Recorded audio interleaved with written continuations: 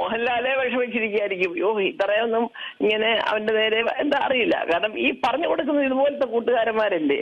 എന്തൊരു കഷ്ടമാണെന്ന് ആലോചിക്കും. 3-4 ദിവസം മുമ്പേ സങ്കടവേദി ഒരാളിനെ ഏൽപ്പിച്ചിട്ടുണ്ട്. 2 ദിവസം കഴിഞ്ഞ് ഇങ്ങനെയൊക്കെ മോഹൻലാലിനെ കൊച്ചാക്കാമോ? അദ്ദേഹത്തിന്റെ സുഹൃത്തുക്കള് ഇനിയിപ്പോ മേജർ രവിയിലെ ആരും ആവട്ടെ, അത് ആ മോഹൻലാലിന്റെ വ്യക്തിത്വത്തിനെ കൂടെ ബാധിക്കുന്ന കാര്യമല്ലേ. മോഹൻലാൽ അങ്ങനത്തെ ഒരു പേടിത്തൊടരാണോ? എഴുതി കൈ കൊടുത്തിട്ട് ഇദ്ദേഹത്തിന്റെ കൊടുത്തെന്നോ? എന്താണ് അദ്ദേഹം ഉദ്ദേശിക്കുന്നതെന്നും എന്താണ് അദ്ദേഹത്തിന് മോഹൻലാലിൽ നിന്ന് കിട്ടാനുള്ളതെന്നും എനിക്കറിയത്തില്ല.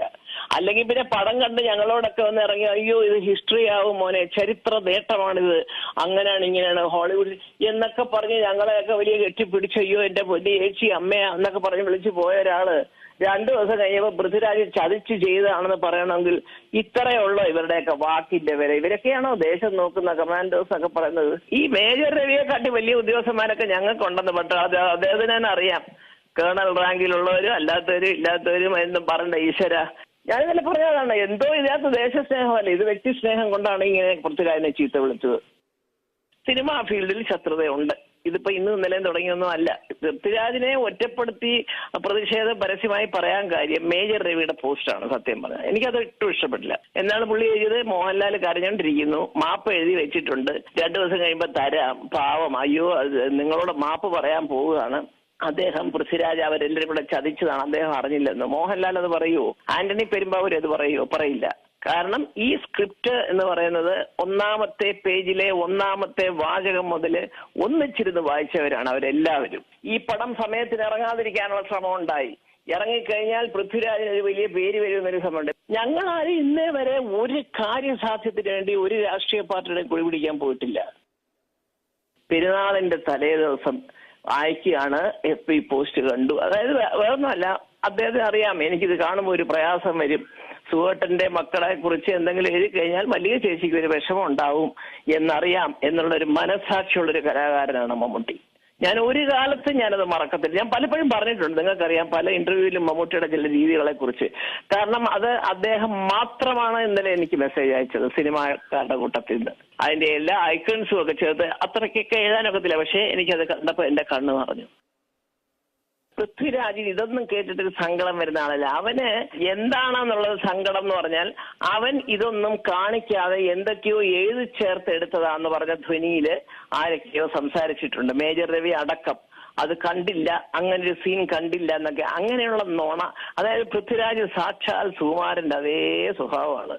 നുണ പറഞ്ഞാൽ അവന് ഭയങ്കര വിഷമാണ്. ഈ ആവശ്യമില്ലാതെ അവനെ അങ്ങനെ നുണയനാണ്, കാണിക്കാതെ ഷൂട്ട് ചെയ്ത് അറിഞ്ഞില്ല, എഡിറ്റ് ചെയ്തപ്പോ കണ്ടില്ല, പ്രിവ്യൂ ഇട്ടില്ല, തിയേറ്ററിൽ വന്നിരുന്നപ്പോഴേ എന്നൊക്കെ പറഞ്ഞതാണ് സങ്കടം. അവൻ അവന്റേതായ ഡിസിഷൻസ് എടുക്കാൻ നല്ല നല്ല മിടുക്കൻ കുഞ്ഞ. അവന് ബുദ്ധിയുണ്ട്, വിദ്യാഭ്യാസമുണ്ട്, വിവരമുണ്ട്, എല്ലാം ഉണ്ട്. അപ്പൊ അതുകൊണ്ട് പ്രതികരിക്കാനായിട്ട് പൃഥ്വിരാജിനെ ചീത്ത വിളിക്കുന്നവരൊക്കെ പ്രതികരണം ആദ്യം ഒന്ന് ചോദിച്ചേ. മുരളി ഞാൻ എന്തോ തെറ്റ് ചെയ്തു എന്നുള്ള സങ്കടമൊന്നും അത് രാജുവിനും ഇല്ല കേട്ടോ. രാജു പറഞ്ഞ എന്തോന്ന് പറഞ്ഞത് ഇവരൊക്കെ. പിന്നെ ആ സിനിമയ്ക്കകത്ത് എഴുത്തുകാരൻ എന്ന് പറയുന്നത് മുരളി ഗോപി എന്ന് പറയുന്നത് എന്റെ സഹോദരൻ്റെ അടുത്ത് എനിക്ക് ഒന്നേ പറയാം, നമ്മൾ എന്നെപ്പോലുള്ള തന്നെ എഴുതുന്നത് എന്റെ വികാരമായിരിക്കും. അത് നിങ്ങൾ എങ്ങനെ എടുക്കുന്നു എന്നുള്ളത് അത് നിങ്ങളുടെ, കാരണം ഞാൻ എഴുതിയിട്ടുള്ള സിനിമയ്ക്കകത്ത് നിങ്ങൾ ഭാരതമാതാക്കി ജയിന്ന് വിളിച്ചിട്ടുണ്ടെങ്കിൽ ഞാൻ വിചാരിച്ച കാര്യം നിങ്ങൾ ചെയ്തിട്ടുണ്ട്. That is what is my concern. അതാണ് ഞാൻ ചെയ്തിരിക്കുന്നത്. അപ്പം മുരളി അത് ചെയ്യുന്ന സമയത്ത് ആ പടം തുടങ്ങുന്ന സമയത്ത് കലാപങ്ങളിൽ മുസ്ലിം സഹോദരന്മാരെ പോയി അറ്റാക്ക് ചെയ്യുന്ന ഹിന്ദു ശൂലം എല്ലാം കൊണ്ടുപോയിട്ട് അതൊന്നും ചെയ്യുന്ന കാണിക്കാനുള്ള ഗട്ട്സ് കാണിച്ചിട്ടുണ്ടെങ്കിൽ അതിന്റെ തുടക്കം മുതലേക്ക് എവിടുന്നത് തുടങ്ങി, ആ വണ്ടി എങ്ങനെ കത്തി, ആര് കത്തിച്ചു, എന്തുകൊണ്ടൊരു കമ്പാർട്ട്മെന്റിനകത്ത് 53 പേര് മരിച്ചുപോയി, കാരണം 4 വശത്തും വാതിൽ അടച്ചു വെച്ചിട്ടാണ് ഈ ആളുകൾ അവരെ കത്തിച്ചു കളഞ്ഞിരിക്കുന്നത്. അപ്പൊ ഇതെല്ലാം കോടതി റൂളും സുപ്രീം കോടതി അടക്കം ശരിവെച്ച് ശിക്ഷയും കഴിഞ്ഞിട്ടുള്ള കാര്യം. എന്തുകൊണ്ട് അത് തുടങ്ങി വെച്ചിരുന്നെങ്കിൽ ഇത് ഇത്രയും വലിയ ഇഷ്യൂ ആവില്ലായിരുന്നു. അത് പറയാതെ വെറും മുസ്ലിം സഹോദരങ്ങളെ കൊല്ലുന്ന ഹിന്ദുക്കളെന്ന് കാണിച്ചു കഴിഞ്ഞാൽ ഇവിടെ വർഗീയതല്ലേ സംസാരിച്ചിരിക്കുന്നത്. അപ്പൊ അവിടെ ശ്രദ്ധിക്കേണ്ടതായിരുന്നു. ഓക്കെ, അപ്പൊ എമ്പുരാൻ പടം ഇറങ്ങിയത് മാത്രം ഓർമ്മയുണ്ട്, പിന്നെ അങ്ങോട്ട് ഒരു കോലാഹലം തന്നെയാണ് ഉണ്ടായതെന്ന് വേണമെങ്കിൽ നമുക്ക് പറയാം. കാര്യം ഇറങ്ങിക്കഴിഞ്ഞതും പല രാഷ്ട്രീയ പാർട്ടികളെയും പല വർഗീയമായിട്ടുള്ള പല വിഷയങ്ങളെയൊക്കെ ഈ പടത്തിനകത്ത് അഡ്രസ്സ് ചെയ്ത് പോകുന്നുണ്ട്. അപ്പൊ അതുകൊണ്ട് തന്നെ പല ആൾക്കാർക്കും ഈ ഒരു പടം കൊണ്ടിട്ടുണ്ട്. ഈ ഒരു പടം ഇറങ്ങിയതോടെ തന്നെ പല ആൾക്കാർക്കും കൊണ്ടിട്ടുണ്ട്. അതിന്റെ ഭാഗമായിട്ട് പിന്നെ അങ്ങോട്ട് എന്റെ പൊന്നോ എന്തൊക്കെയാണ്, ഒരു സ്ഥലത്തുനിന്ന് പടം നിരോധിക്കണമെന്ന് പറഞ്ഞ് കുറെ പേര്, പിന്നെ ഒരു സ്ഥലത്തുനിന്ന് പടത്തിൽ നിന്ന് കുറെ ഭാഗം കട്ട് ചെയ്ത് മാറ്റണമെന്ന് പറഞ്ഞു കുറെ പേര്. അവസാനം ഇതൊക്കെ പറഞ്ഞ് ഇപ്പൊ നമ്മുടെ ലാലേട്ടൻ തന്നെ ഇതിന്റെ ഭാഗത്ത് നിന്ന്, അതായത് ഞാൻ മാപ്പൊക്കെ പറഞ്ഞിട്ട് ലാലേട്ടൻ ഒരു പോസ്റ്റും കാര്യങ്ങളൊക്കെ ഇട്ടിട്ടുണ്ടായി. അപ്പൊ എനിക്ക് ആ ഒരു സംഭവം വന്നപ്പോഴത്തേക്ക്, അതായത് ഫസ്റ്റ് ഈ ഒരു പടത്തിനകത്ത് ഈ ഒരു സീനുകളൊക്കെ കണ്ടപ്പോഴത്തേക്കും ഞാൻ വിചാരിച്ചു, ഇവര് കാണിച്ച ആ ഒരു ധൈര്യം, ഈ ഒരു കാര്യങ്ങളൊക്കെ ഇങ്ങനെ അഡ്രസ് ചെയ്യാൻ കാണിച്ച ആ ഒരു ധൈര്യം എന്നൊക്കെ പറഞ്ഞിട്ട് എനിക്കൊരു ഇതൊക്കെ തോന്നിയായിരുന്നു. പക്ഷേ ആസ് എ ഒരു പടം അല്ലെങ്കിൽ ഒരു പടമായിട്ട് നമ്മൾ നോക്കുമ്പോഴത്തേക്കും, ഇപ്പൊ ഒരു KGF അല്ലെങ്കിൽ ഇപ്പൊ അങ്ങനത്തെ ഒരു പടമൊക്കെ നമ്മുടെ ഇൻഡസ്ട്രിയിൽ നിന്ന് മന്നോന്ന് ആഗ്രഹിക്കുന്ന ഒരാളാണ് ഞാൻ.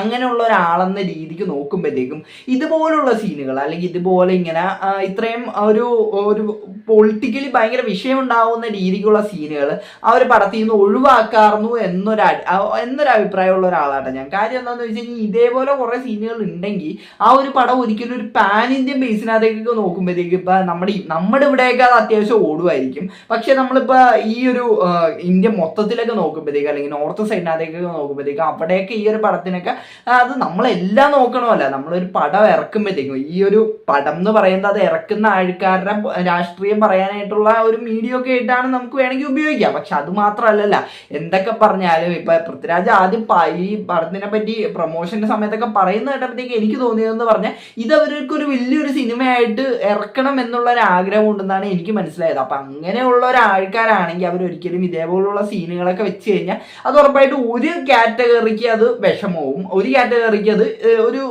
അവർക്ക് നല്ല രീതിക്ക് തോന്നും, ഒരു കാറ്റഗറിക്ക് വിഷമവും.